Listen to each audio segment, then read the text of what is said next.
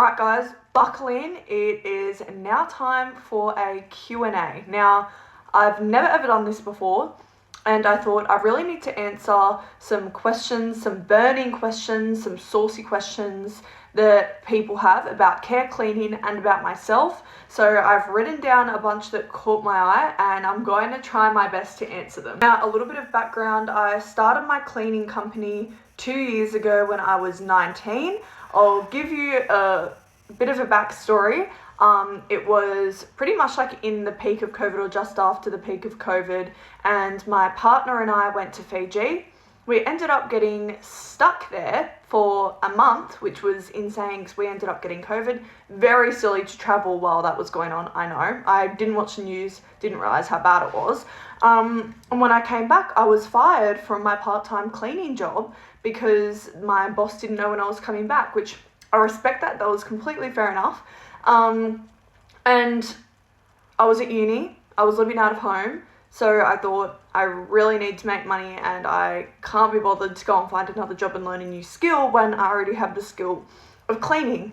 So the original idea was just to start up a little cleaning business, have a couple of jobs on my days off from uni to bring in some money for the rent and groceries, and then I go on, and once I'd finished uni, then I'd go and enter into the police force or something along those lines. So that was the original goal. There wasn't really one. I did a couple of tactics that I definitely think helped me to grow my business in a way that I didn't expect it to grow, but I've now passed that knowledge on to other people. I do have a $35 How to Start Your Own Cleaning Business ebook linked in on my socials, and also a $20 ebook talking about how to manage and hire employees. So that pretty much just covers all of the questions that people have surrounding, starting a cleaning business. But since then, it's been crazy. We now have a team of around 12, I think it is now, and it's all grown really well. We've serviced hundreds of clients, brought in a lot of money, and I really want to be able to share my story and my journey with people. One of the major highlights have also been doing hoarder cleans, which is essentially what made my TikTok blow up. Obviously, a lot of people don't see the side of hoarder cleans and squalor houses. And I wanted to share that to show awareness that people aren't alone in this journey and to reach out if they need help. Anyway, so that pretty much gets into the first question. Someone asked, how do I land these hoarder and squalor cleans and how do I go about them? Now, this is a pretty loaded question, but we may as well just start right from the beginning. In my opinion, these are the trickiest cleans to get into because what a lot of hoarders don't do is reach out because they're ashamed of their home. They are ashamed of their home often. So at the end of the day, you sort of need to have a reputation within that field to get regular hoarder cleans. However, in saying that, I kind of just fell into it by accident. So I had an employee that used to work for me. She had a family member, or I think it was a close friend, and they were struggling with their home and they needed some help. So we offered to do it for a really discounted rate or for free. I can't even remember. It was so long ago. It was probably like 2 years ago now. And it was right at the start. And we went in there. We filmed it for awareness. She had a lot of kids and it was pretty emotional, the first clean that I did.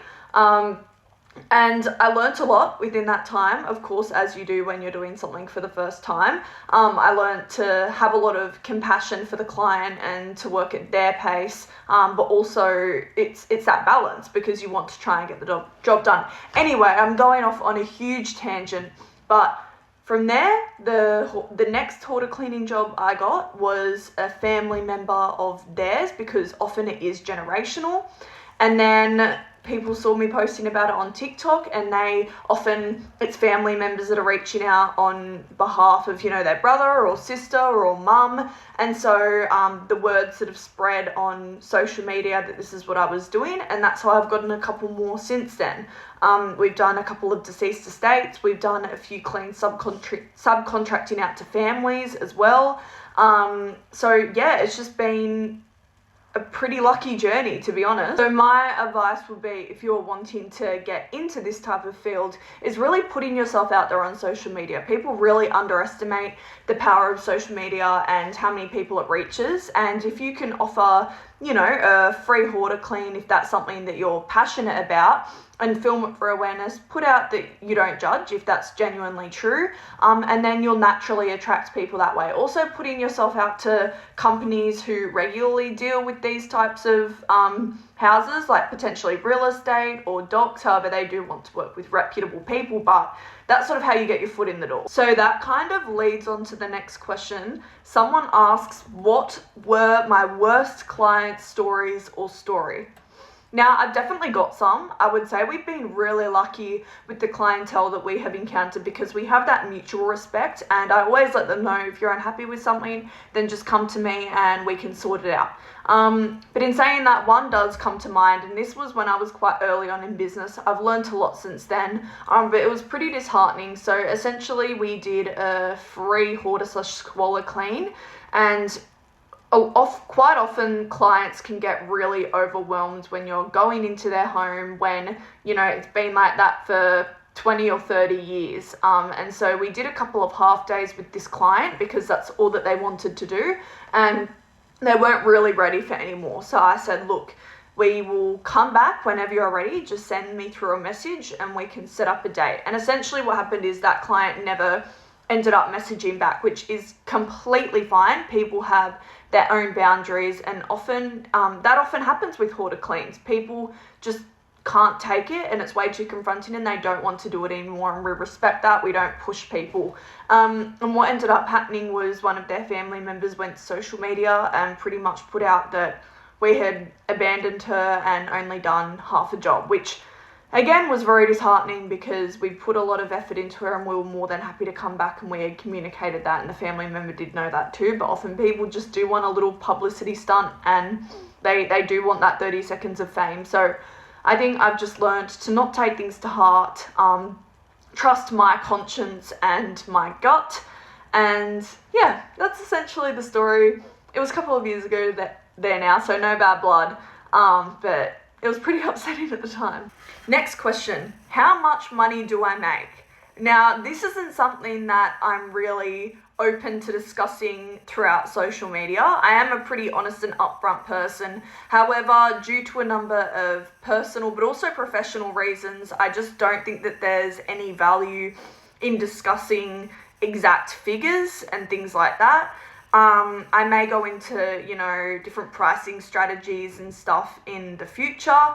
But yes, I'll also say is people really underestimate how much cleaning businesses can make. There is so much potential within the cleaning industry, because heaps of people need cleaners, or businesses need cleaners. It's not a dying industry, and that's why I encourage people to start their own, because I've bought a house from it, I've bought a car from it, I can have 5 days off and be fine type thing. So that's something that I'm really grateful for. But in saying that, what a lot of people don't realize is the amount of expenses that come with employees. I pay thousands and thousands and thousands of dollars to have my employees on board, and a lot of the money goes into that and taxes. So the turnover actually isn't as great as some people would think, but we're definitely working on it. Next one, my 10-year plan with the business. This is a huge one, and I think we've grown so much in the last 10 years. I mean, two years, that I really don't want to grow so fast that I can't maintain the level of standard. So what I've sort of decided to do is grow the team to around 20, and then leave it at that point for a while, and have someone help me manage it, because that's way too many people to manage on my own, and sort of grow it really slowly from there, just to make sure, and potentially franchise out from there once we've gotten everything down pat. And obviously I'm still learning a lot. I'm only like 2.5 years into business, and constantly new things to learn. So I just want to be really careful about the rate that we grow at. However, the goal by mid next year is 20 employees, and then eventually a couple of years after, maybe franchising out. And definitely in the future, like 5+ years, going into other states. But that's not something I see for the next year. I kind of see care cleaning becoming something, but obviously a lot smaller, but something like gyms cleaning. I want for us to be able to offer so many different services and be able to help out a lot of different people in a lot of different ways. So that's sort of where I think it's going. In terms of social media, obviously I would love to keep growing the accounts and getting to a point where, which I'm sort of already at this point, but to where I'm just focusing on hoarder cleans and having more and more hoarder cleans come through so that I can produce that really satisfying content and again spread awareness, give back to the community. It's more funding, which means at the end of the day, more giving back to people, which was always the original goal. 10-year plan with the business. What else is there? Now, another 5 to 10-year plan with the business is obviously I've shared office spaces and warehouses in the past, but obviously it hits different when you have your own. At the moment, I can't really justify spending, $50,000 a year to have our own office and warehouse space. However, I'd love to have multiple different rooms in the office, have a front desk, make it more approachable to the public so that people can just come in and inquire at the front desk and they can book them in that way. And even potentially, this is probably more like the 10-year plan, but having our own showroom and selling products in bulk would be awesome as well. Now, a lot of people ask, how did you grow your business fast and successfully?